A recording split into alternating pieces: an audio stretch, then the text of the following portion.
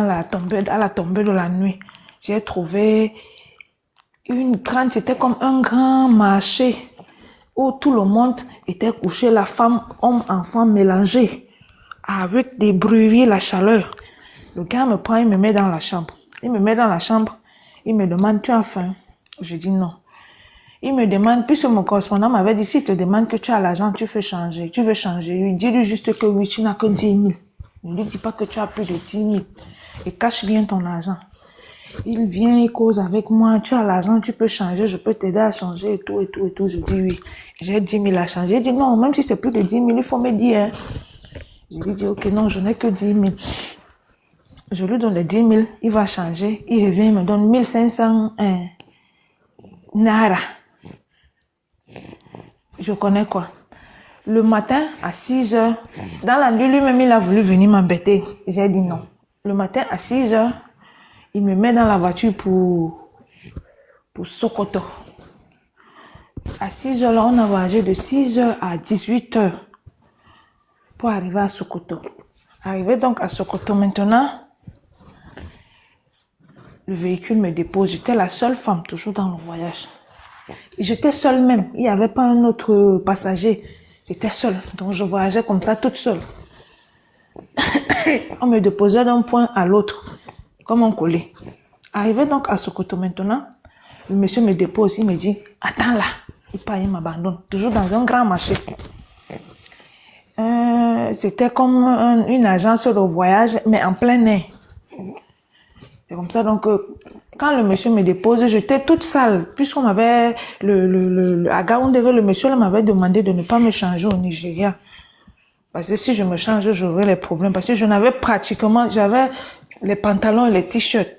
En dehors de ça, le seul boubou qu'on avait acheté là-bas, est le voile. Il me dit, au Nigeria, tu ne te changes pas, tu restes avec cet habit jusqu'à ce que tu traverses tout le Nigeria. C'est comme ça donc qu'il me dépose. Mais même à travers l'habit, mes formes se voyaient. Je ne suis pas voluptueuse, je ne suis non plus mince, mais je suis bien fourrée. Je suis pas mal comme femme. C'est comme ça donc à ce côté-là, quand le monsieur me dépose, il s'en va, il me laisse. Je voyais déjà tout le monde autour de moi commençait déjà à me regarder de façon bizarre, un genre.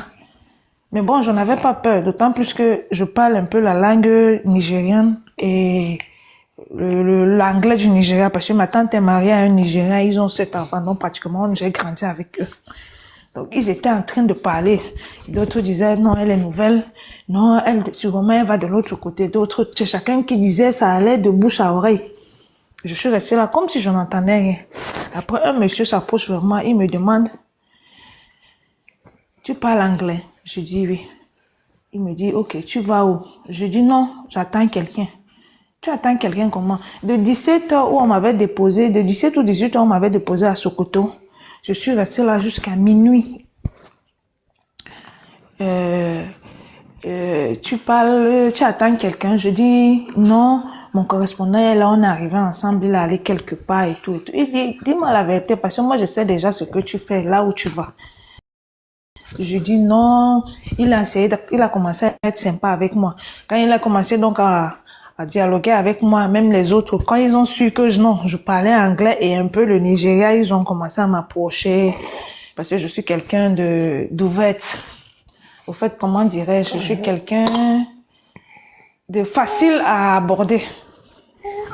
Donc c'est comme ça qu'ils ont commencé à parler, tu as faim, ceci, cela, puis on m'avait dit de ne pas manger là-bas. Je dis non, je n'ai pas faim, tu n'as même pas soif. Je dis oui, effectivement j'ai soif. Les petits gars qui vendaient l'eau en sachet là, ils m'ont acheté de l'eau, j'ai bu. À 22 heures, j'appelle le monsieur pour dire, mais c'est comment? Depuis que je suis là, je suis fatiguée, les gens sont en train de partir, sont en train de se vider. Personne ne m'a encore fait signe, je suis déjà fatiguée. Il me dit non, quelqu'un va venir vers moi, que je me tranquillise. Et j'ai raccroché. Après 15 à 20 minutes, un gars s'approche vers moi, il me parle. Bon, je l'ai ignoré, parce que je ne savais la façon dont il m'a approché.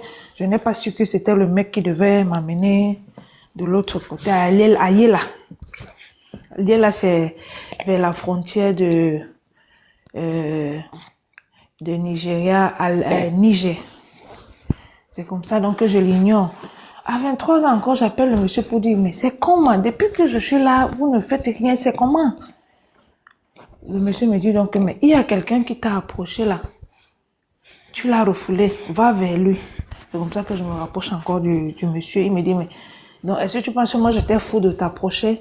Je dis, ok, excuse-moi. Il me dit, ok, entre dans la voiture. Le départ, c'est pour bientôt. On roule là de là. On quitte de là à minuit passé. On roule pendant pratiquement 3 à 4 heures de temps. On arrive dans une autre ville là, avant Yela. Il s'arrête. Il dit, on va dormir ici. Il sort de la voiture. Débrouille-toi à dormir n'importe où. Il était avec sa copine dans la voiture. J'ai dit, je vais sortir de la voiture comment? Moi, je vais aller où? Il dit, sors d'abord. Je sors, je m'arrête là dehors. Il faisait tellement froid et je n'avais pas de couverture, je n'avais pas un habit de froid.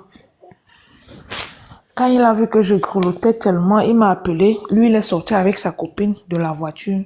Il m'a laissé dedans. À 6 heures, il a redémarré, on est parti. On est arrivé donc à Yela maintenant. À Yela, un grand marché. Non, avant d'arriver à Yela, il s'est arrêté d'abord à un grand marché où il m'a montré les toilettes. Je lui ai dit j'avais envie de faire pipi. Je suis allée me laver un peu. Et après ça, on a continué à Yela. Arrivé à Yela, à la frontière de Nigeria, Niger, c'est les motos qui nous font traverser. Quand j'arrive là-bas, le monsieur aussi m'arnaque. Il me dit que non, il faut que je paye l'argent du Jarabia. Il faut que je dis, mais j'ai déjà le Jarabia. Il dit que non, le Jarabia que n'est pas bon. C'est comme ça que ça se passe. J'appelle mon correspondant. Mon correspondant me donne maintenant le numéro de celui qui de mon coxeur. Alors maintenant, je dis à mon coxeur me dit il faut lui payer. Et comme il voit que tu es seul, tu ne peux pas faire autrement, il faut lui payer. C'est comme ça que je le paye, donc les 15 000 francs. Maintenant, la moto me prend de là pour entrer avec mon Niger. Quand la moto me prend pour entrer avec mon Niger, arrivé à un certain endroit, il s'arrête en route. Il y a une barrière où il y a la police qui contrôle. Je ne sais pas où il gère souvent les policiers là avant. Après la barrière là, il s'arrête. Il me dit qu'on fait comment? Il dit qu'on fait comment? Comment? Il me dit que mais tu crois que tu vas aller où avec tout ça? J'ai dit avec tout ça comment? Il dit que non, donne-moi pas avant de continuer. Il dit ici là non, si ça ne t'arrange pas, ramène-moi, tu me déposes. Il n'y a rien à te donner. Toi et moi on avait un contrat. Il demandait quoi? Il demandait de binda ou quoi? Oui, c'est la binda qui voulait comme ça. Ah, au palamso, maman continue. C'est comme ça que je gangan. Il dit que ok, monte alors sur la moto. Hein? Il voulait